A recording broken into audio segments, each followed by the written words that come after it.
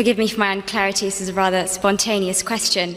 I have a friend, she's an atheist, and on our endless debates on the existence of God and all that we talk about, she has two claims, she makes two claims. When I pose her with the question of what the Quran says in terms of the existence of the universe and the world and how it states many facts, she turns around and she says, well, that knowledge was not just for the Quran, it actually existed before the Quran. There's scriptures, there is books before the Quran was even written, detailing information about the universe. So it's not just this knowledge that is superior to the Quran. What do I say back to that? Is she lying? Do scriptures exist? I mean, I have ignorance myself, but, you know, is this knowledge, like, was this available before the Quran was written? And secondly, another claim she makes is that I give the analogy of, you know, you have something in creation, who knows it? You know, the creator will know about everything about it. And I talk about, you know, if there is no God, how can we possibly exist? If you keep on going further and further and further and back, there's no end. And if there's no end, how do we exist? But then she says, well, from a religious point of view, you say, well, God is the end. Well, I say as an atheist, who says God is the end? Who created God?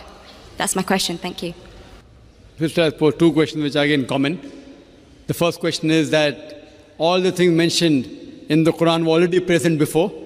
So what's new? It's present in other scriptures and other books, etc. That's the first question. The second question is, who created God? As far as the first question is concerned, I do agree that certain things were present in time before the Quran, but they were not called as established facts. They were not called as established facts. For example, the thing I quoted that the sun, previously people thought that the sun rotating. There are certain things which were there in the Greek history and the philosophical history. But for example, when the Quran speaks about the spherical shape of the earth, these Greeks, they believed that the earth was spherical, but no one believed in them. So certain facts, not all, a small percentage what the science has come to know today and what Quran mentions were told by people previously, but they failed to realize that the same Greeks mentioned 100 other things which were unscientific. The same Greek even mentioned that the earth was center of the universe, which is totally wrong. So imagine if 100 points are mentioned and Muhammad Sallallahu Alaihi Wasallam picks up one which is correct. That's also not possible.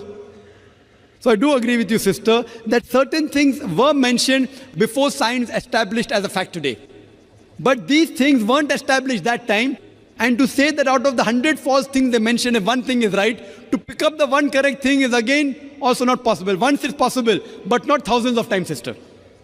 Because only a person who is, even a scientist cannot do that. Only the Creator himself can do, and that's Allah subhanahu wa ta'ala. So I do agree with you, but that portion which has been mentioned earlier in earlier scriptures and other philosophical books is a small portion, but that too, along with that portion, there are other things which aren't scientific mixed with that. Coming to the second part of the question, that who created God? Normally people in Dawah, they used a false strategy of logic, which tips itself. Most of the people, when they try to prove the existence of Allah subhanahu wa ta'ala, they say that everything has a creator. For example, who created this book? How did the book come into existence? Somebody created it. Who created it? And they go back. Where did you come into existence? Who created you? Your father. Who created your father? The grandfather. And then goes to God. Who created this microphone? Created the factory. Who created the factory? And then they try and prove who created the sun? God. Who created the moon? So based on this, they try and prove that everything has a creator, which according to me is a wrong logic. In my strategy, what I spoke today, I never said everything has a creator. That is the atheist who told me that the first person who will tell about the mechanism of this thing is the creator. I never said that. I say every created thing has a creator. But by definition, Almighty God is uncreated. It is like there's a person, suppose my friend, he comes and tells me that my brother John was admitted in the hospital. He gave birth to a baby. Was it a girl or a boy? Can you guess, sister? Was it a girl or a boy? Brother John gave birth to a baby. Was it a girl or a boy? Brother John was admitted to the hospital. He gave birth to a baby. Was it a girl or a boy? Can you guess? You can't guess. Can anyone guess? How can a man have a baby? So to ask the question, he gave birth to a baby, was it a girl or a boy, is illogical. The same thing, the definition of Allah is uncreated.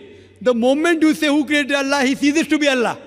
Therefore, the definition of God is uncreated. Therefore, Almighty God has got no creator if he is a true Almighty God.